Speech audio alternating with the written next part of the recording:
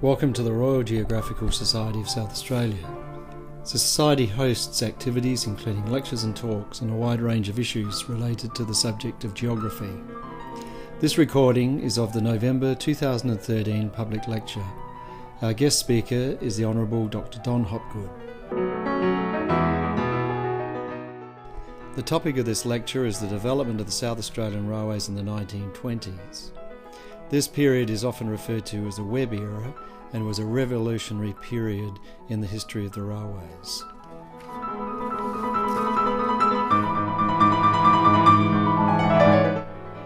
It's time to welcome our guest speaker, the Honourable Dr. Don Hopgood.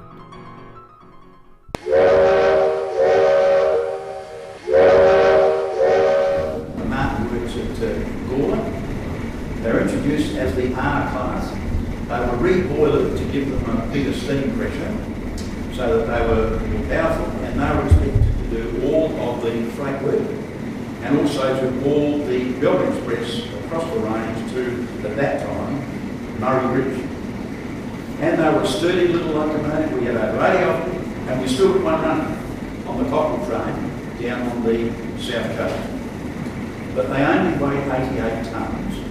And of course, as a general rule, the larger the locomotive, the more powerful it is. And if the Melbourne Express was any length, you need three of them to get to the top of the range. Two on the front pulling and one on the back pushing. When you then drop off the pusher, the other two would take the train down to Murray Bridge. And this is interesting, this right photograph. Almost certainly this train is going not to Melbourne, probably going to Victor Harbour. And there's the famous or infamous viaduct in the hills. I'm going to say a bit in a minute about the shortcomings of the SAA before we've got it. At least they got rid of that thing, where people would close their eyes as the train went across the viaduct. In 1919 they built what we still call the new Sleepsville Tunnel. The old one was given over to growing mushrooms and armament was stored in there during World War II. And of course the line went further out, cutting around the hill. So we've got two of these double heading just to get the train, and it's not a very long train as you can see, down to Strathhouse or Victor Harbour. The line gets the caption there, it doesn't help us all that much. Now, soon after the 500s got there, somebody noticing that there was plenty of space under the cabin decided to replace the two trailing wheels with a bogie of four. Do you understand that steam locomotives were categorised according to their wheel arrangement? The most famous, of course, were the Pacific's 462. Four on the front, four bogie wheels, the six driving wheels, and then the two trailing wheels under the cab. Well, these things were mountain type because they were 482. And somebody seen there was plenty of room under the cab, decided to replace the two trailing wheels with a bogie of four, mount a booster on it, and then a very powerful locomotive became even more powerful. They also tidied up the outside of it somewhat, painted the front of it a sort of a silvery grey colour. Thereafter that they were called the Grey Ghosts because they operated around the system, and that's what I remember. I don't remember the 482s at all. They became one of the three most powerful classes of steam locomotive ever to operate in Australia. The other two being in New South Wales. So you see what three RXs struggled to do, one of these could do without too much trouble. This, you see, is the story of arguably the largest infrastructure project as measured in cost and dollar terms ever carried out in the history of the state. We've seen lots of infrastructure going on in recent times, electrification of railway lines and a new hospital and the Gallipoli underpass and the double-decker road out there in the north, all that sort of stuff. But so far as I can work out, the largest project ever carried through in the history of the state by government, in constant dollar terms, I'll give you those figures a bit later, was the Webb upgrade of the South Australian railways to the Murray Track. Now, was Webb necessary? Had there been no Webb, would it have been necessary to invent one?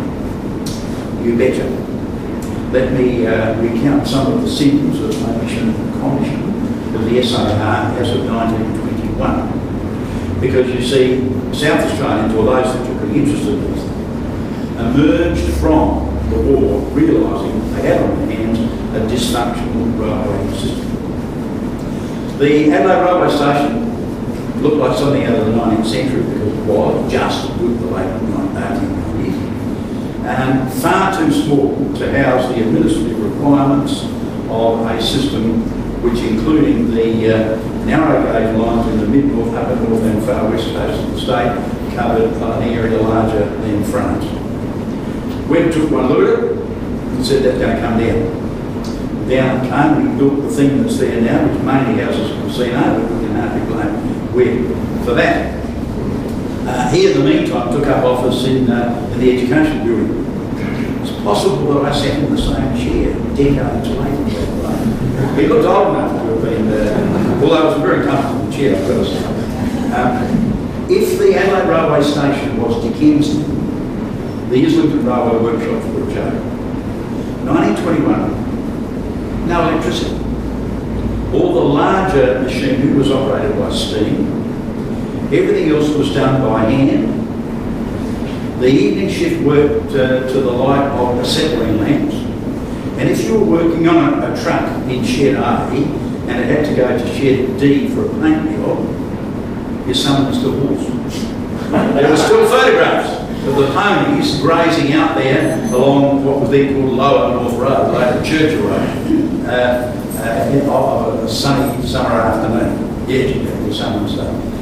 Well, Webb had to fix all that up as well. So by the late 20s, we're building things I've already described. New railway station, you're going to upgrade the railway workshop, you're going to put down new lines, heavier lines, you're going to broaden the gauge towards the north of the state, new bridges, all that sort of thing. But the important thing was motive power. How do we get greater motive power? Now, Webb was from America. He wanted American designs. You know how big they built them over there. And he knew he'd have to get them built in England. Patriotism wouldn't allow the Americans to actually get the contract, but nonetheless, he would use American designs. And the Americans were very generous too. They actually showed us in overseas with preliminary designs. The Americans sat down without any charge to us. They suggested this and that, etc., etc. Originally, Webb wanted 5 classes of heavy locomotive, including a 210-2 decapod. Probably would have weighed 280 tonnes. Boy, us kids would have really been impressed by that. As it was, all the boys wanted to be locomotive enginemen, not realising how filthy and how sometimes hot and sometimes cold and how heavy work it would be driving one of those things. All wanted to be locomotive enginemen. Well, he was persuaded against that, and he finally went for 3 classes of locomotive, and you've been introduced to one already. What did he actually have available to him when he first got there? Well, I've already talked about the RX. That was the freight locomotive. That was the one that had to do all the heavy haulage, even if sometimes you needed 3 of them. But then you needed a Harrier, you needed a fast locomotive. So we had the S-Class, a 440 8-wheeler. There is the extraordinary thing about the S-Class, none of which have ever been saved. They all cut up for scrap. And these huge driving wheels, 6'6" in diameter. Now the thing about steam locomotives is that everything else being equal, it's not always equal. The bigger the driving wheels, the faster the thing will go. And so one of the experts suggested to me that one of these things would probably do 100 miles an hour, provided it wasn't pulling anything. They were gutless, they were almost the same size as the RX, but they were about half the power. Now they were the ones that were hooked onto the Melbourne Express at Murray Bridge, pre-Webb, and then they took the train across what we used to call the 90-mile disc, now the canal down, at pretty high speed, but that was because you used 2 of them. And again, that wouldn't do Webb because it's an inefficient way of running the road. So they were also used on the line up to Rowley. There was no direct rail link between Adelaide and Port Pirie, our largest time regional centre. They started on it, they got to about Long Plains. I suppose the excuse was the war, but that was another thing that Webb had to continue. But these were used certainly up there. But the point was, there's a break gauge at Terrell. So if you want to go to Port Pirie on the train, I presume you hop on at North Terrace, you go to Terrell, you hop off the train, you then get another train, a link to Peterborough, then you stand on the station and wait for the Broken Hill Express to come down, and that'll take you to Berwick. And that's the trip. And of course, we know the most famous statement ever made at the break of gauge. When MacArthur got here, having left the Philippines, he made his famous "I will return" speech on the platform at Terrell, waiting for the train. Now, what did he proceed to do? Well, I've shown you already the 500 class, the heavy haulage one. This is another, perhaps, gives you a better appreciation of just how big this is. Look at the length of it. 484, big tender, and all the rest of it. They were the pride of the fleet. And they hauled the Melbourne Express from Adelaide through to, well, Tunnel Bend, of course, once Webb had his say. But then you needed a fast locomotive to take the Melbourne Express across the Penalty Downs to Serviceland, where you swap with Victorians. This is what the S-classes have done. And so we got the Pacifics, the 600, Webb's favourite locomotive. This one is carrying the Duke of Edinburgh in 1934, 462. Now, you may recall that the Flying Scotsman came out here in the 90s. It was after standardisation. I managed to get a ride on it. They took us out towards Gawler. No, the other one, the Port Pirie one, out that way somewhere, just to say we've done it.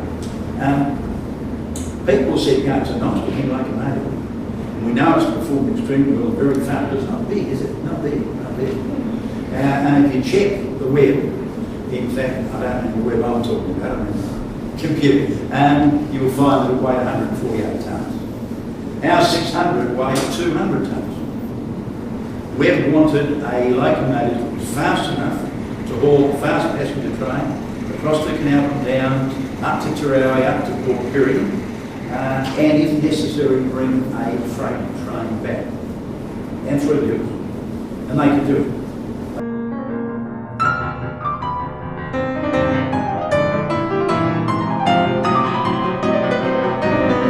This last illustration we showed you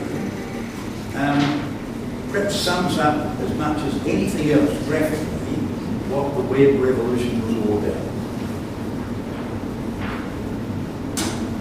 On our right, no, start with the left. On our left, we have the smallest Webb locomotive, the 700. On our right, we have the largest pre-Webb locomotive. So in just a few years, we jumped from that and smaller to that and larger. That was very much the Webb agenda. Big power, more efficient operating, lower costs, and things like that.